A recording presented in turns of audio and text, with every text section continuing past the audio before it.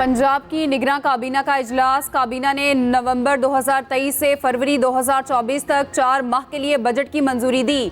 निगरां वज़ीर इत्तलात आमिर मीर की ब्रीफिंग। कहते हैं बजट का हुजम 2072 अरब रुपए है। 351 अरब तरक्याती मंसूबों के लिए मुख्तस किए गए हैं। 40 करोड़ अफगान मुहाजिरीन की वतन वापसी के लिए मुख्तस किए गए हैं।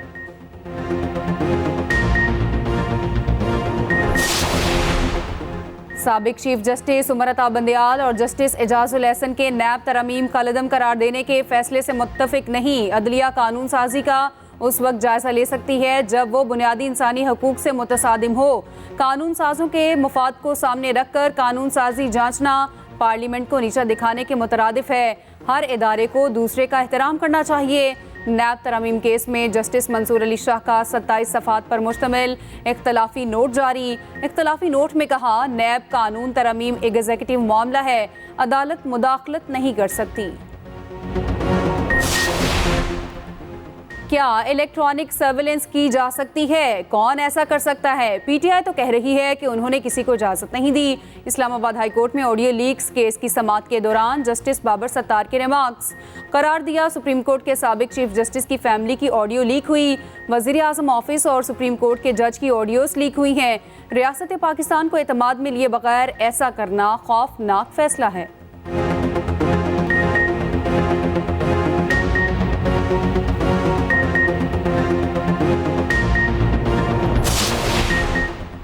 लाल हवेली Lahore high court Rawalpindi bench के हुक्म पर डी सील कर दी गई। अदालत ने लाल हवेली केस रिमांड कर दिया। चेयरमैन वक्फ मतरूका इमलाक इस केस की असर-ए-नो समाअत करेंगे। शेख रशीद कहते हैं पाक फौज हमारी अजीम फौज है। जनरल आसिम मुनीर ने मईशत दुरुस्त कर दी। कल भी फौज के साथ थे, आज भी फौज के साथ हैं।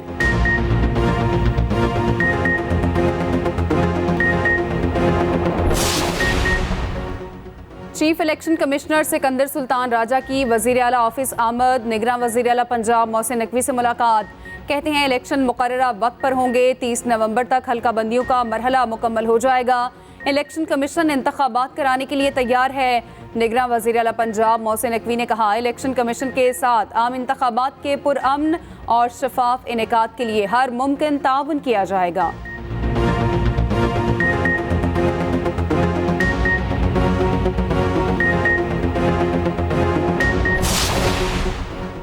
मौलाना फजलुर रहमान से मुलाकात ताज़ियत के लिए थी। कुछ जमातों से इलेक्शन पर बात हुई, लेकिन किसी जमात से इत्तेहाद का कोई इम्कान नहीं।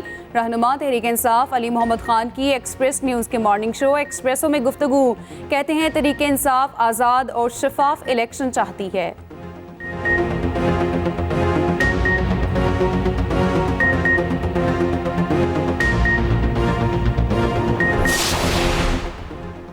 गजा में सेहोनी अफवाज की मुसलसल बमबारी, बरी बहरी और फ़ज़ाई हमलों में मजीद सैकड़ों इमारतें तबाह। अस्पताल और स्कूल भी दहशतगर्द फौज के निशाने पर। 2000 तलबा और 70 असातिज़ा शहीद हो चुके।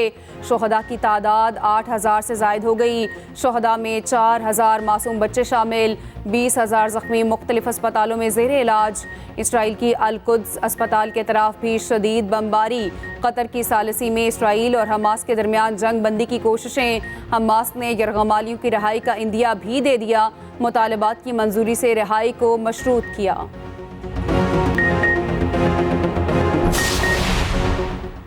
सेहोनी बमबारी से गजा की बुलंदोबाला इमारतें मलबे का ढेर बन गई। मकानात सफाई हस्ती से मिटा दिए गए। सड़कें तबाह बर्बाद। हर तरफ सन्नाटा ही सन्नाटा। मिसाइलों की गूंज, कोई महफूज न रहा। अस्पतालों के बाहर और गलियों में दिल दहला देने वाले मनाजिर। चंद घंटों में 450 हमले। गजा के सबसे बड़े अल-शिफा अस्पताल के करीब भी हमला। अस्पताल जाने वाले तमाम रास्ते तबाह बर्बाद। मरीज और पनाह लिए अफराद महसूर हो गए।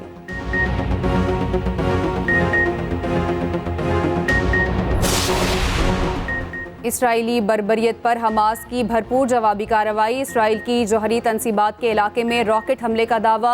दिमोना में रॉकेट फायर किए गए। अल-कसाम ब्रिगेड ने इसराइली फौजी गाड़ी पर हमले की फुटेज जारी कर दी।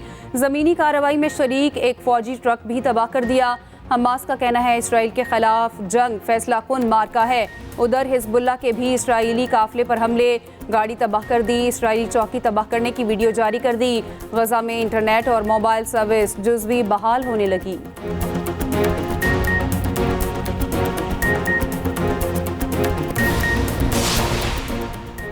गजा को सफाई हस्ती से मिटाने के जुनून में इसराइल मुंहजोर, आलमी ताकतें खामोश तमाशाई, जंग रुकवाने में मुकम्मल नाकाम।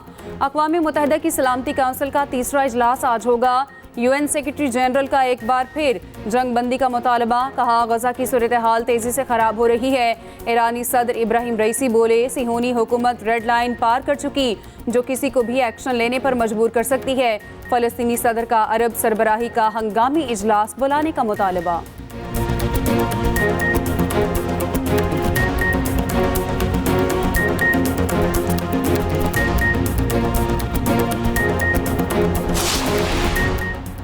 और हमास को शिकस्त देना इसराइल के लिए इम्तिहान है। नेतन्याहू हमास को शिकस्त देने के लिए किसी भी हद तक जाने के लिए तैयार।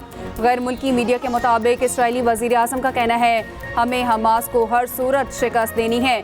ईरान पर इल्ज़ाम लगाते हुए कहा कि ईरान हमास की हिमायत करता है। हमास के फौजी बजट का 90% ईरान से आता है।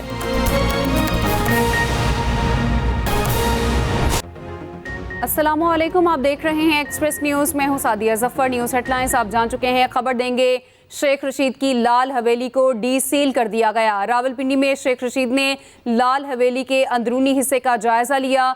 शेख रशीद लाल हवेली डी सील की तसल्ली होने के बाद इस्लामाबाद रवाना हो गए। इस हवाले से आपको अपडेट कर रहे हैं।